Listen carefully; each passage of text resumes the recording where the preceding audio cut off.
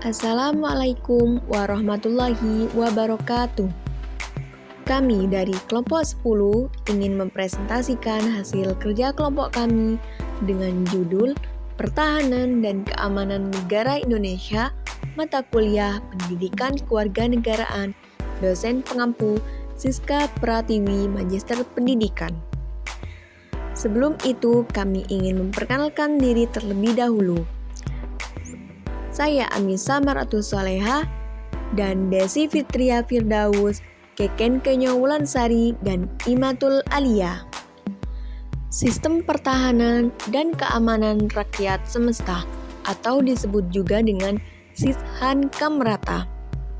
Sishankamrata adalah suatu sistem pertahanan keamanan dengan komponen-komponen yang terdiri dari seluruh potensi, kemampuan, dan kekuatan nasional yang bekerja secara total, integral, serta berlanjut untuk mewujudkan kemampuan dalam upaya hankam negara.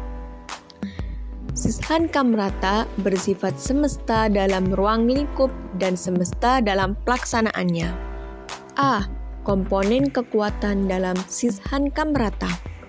Pertama, komponen dasarnya ialah rakyat terlatih yang berfungsi untuk keterlibatan umum, perlindungan rakyat, keamanan rakyat, dan perlawanan rakyat yang diupayakan melalui mobilisasi.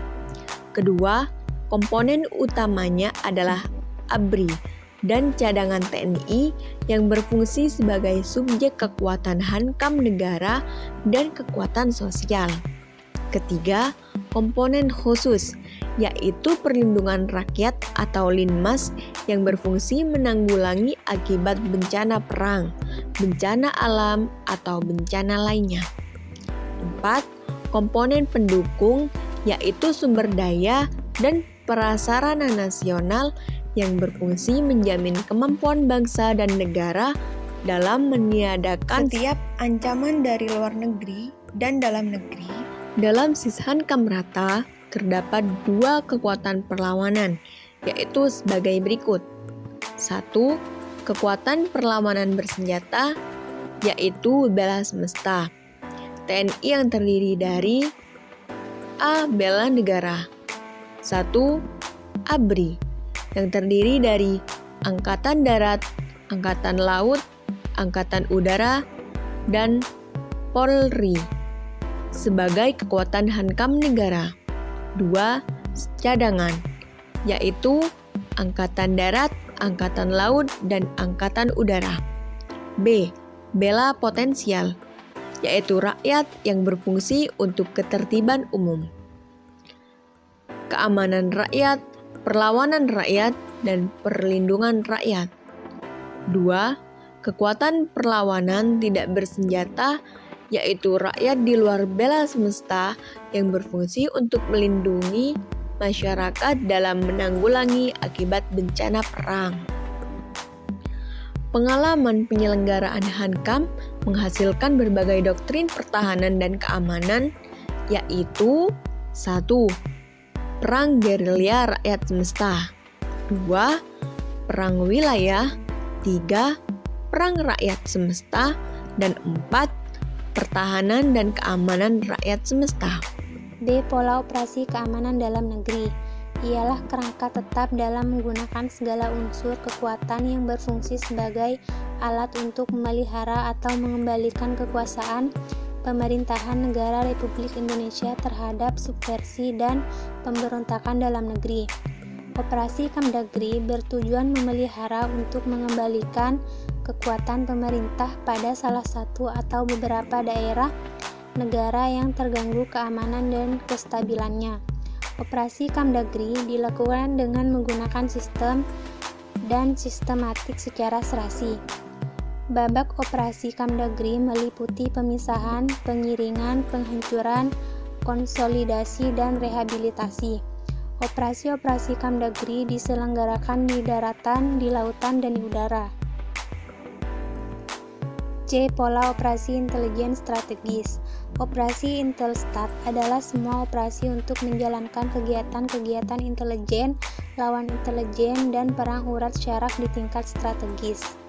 Tujuan Intelstat adalah memperoleh informasi yang diperlukan untuk pelaksanaan strategi nasional, menganjurkan sumber-sumber infiltrasi, subversi, spionase yang terdapat di wilayah musuh dan mengadakan perang urat saraf serta kegiatan-kegiatan tertutup lainnya. Operasi Intelstat dilakukan pada setiap saat dengan intensitasnya yang disesuaikan dengan keadaan politik nasional, dilakukan di luar wilayah nasional, bersifat tertutup dan menggunakan sistem disesuaikan dengan ruang dan waktu. D. Pola operasi kerjasama Hankam Asia Tenggara. Pola operasi kerjasama Hankam Asia Tenggara merupakan salah satu pola utama Sisan Kamrata. Kerjasama Hankam adalah usaha bersama dalam menghadapi kemungkinan gangguan-gangguan keamanan, stabilitas nasional, dan perdamaian. Beberapa istilah operasi di dalam Sisan Kamrata yaitu operasi tempur, operasi intelijen, operasi teritorial, operasi keamanan ketertiban masyarakat, infiltrasi, invasi, subversi, sabotase. Upaya penyelenggaraan bela negara dalam kerangka sistem pertahanan dan keamanan rakyat semesta. Kelangsungan hidup bangsa dan negara merupakan tanggung jawab setiap warga negara dan bangsa. A. Sejarah perjuangan bangsa Indonesia dalam pembelaan negara. Pada hakikatnya, perjuangan bangsa Indonesia dalam pembelaan negara dilakukan oleh rakyat Indonesia secara keseluruhan, bukan oleh pribadi atau kelompok tertentu. Proklamasi Kemerdekaan Indonesia 17 Agustus 1945 membentuk Pemerintahan Negara Kesatuan Republik Indonesia, tidak mempersiapkan angkatan perang atau tentara nasional secara sempurna untuk melindungi kemerdekaan yang telah diproklamasikan tersebut. Pada tanggal 23 Agustus 1945, diumumkan oleh Presiden RI pembentukan Badan Keamanan Rakyat atau BKR yang didasarkan keputusan Panitia Persiapan Kemerdekaan Indonesia atau PPKI. BKR berfungsi sebagai penjaga keamanan umum di daerah-daerah di bawah koordinasi Komite Nasional Indonesia. Pembentukan Tentara Nasional pada saat itu mengundang bentrokan fisik dan dengan tentara Jepang dan tentara sekutu yang membuat tidak puas beberapa golongan pemuda. Dan terbentuklah badan-badan pejuang atau laskar-laskar bersenjata. Lalu dibutuhkan kesatuan langkah dalam pengamanan Republik Indonesia, kemudian berdirilah Tentara Keamanan Rakyat. Pada bulan Januari 1946, TKR berubah menjadi Tentara Republik Indonesia. Sementara itu, tanggal 10 November 1945 mengadakan kongres dan membentuk Badan Kongres Pemuda Indonesia dan peranannya dalam Biro Perjuangan dalam Kementerian Pertahanan. Dalam periode 1945 sampai 1949, bela negara dipersepsikan identik dengan perang kemerdekaan. Pada 1950 sampai 1965, bela negara dipersepsikan identik dengan upaya pertahanan dan keamanan yang dilaksanakan melalui komponen-komponen Hankam. Pada periode Orde Baru, ATHG yang dihadapi lebih kompleks dan lebih luas daripada periode sebelumnya. ATHG tersebut dapat muncul dari segenap aspek kehidupan bangsa, yaitu ideologi, politik, ekonomi, sosial, budaya, dan Hankam. Oleh karena itu, dalam konteks ini, bela negara dapat dilakukan dalam bidang-bidang kehidupan nasional tersebut dalam upaya mencapai tujuan nasional. Untuk itu, dikembangkan konsepsi TANNAS. Dalam hal ini, bela negara dapat dikatakan pula sebagai partisipasi warga negara dalam menciptakan dan membangun TANNAS di segenap aspek kehidupan bangsa. B. Landasan hukum bela. Sebelum diproklamasikan kemerdekaan Republik Indonesia, telah dipikirkan masalah bela negara yang dicantumkan dalam Undang-Undang Dasar 1945. Bab 12 Pasal 30. Berikut ini yang menjadi landasan hukum bela negara. Pada Pasal 30 ayat 1 dan 2 Undang-Undang Dasar 1945 berbunyi, Yang pertama, tiap warga negara berhak dan wajib dalam usaha pembelaan negara.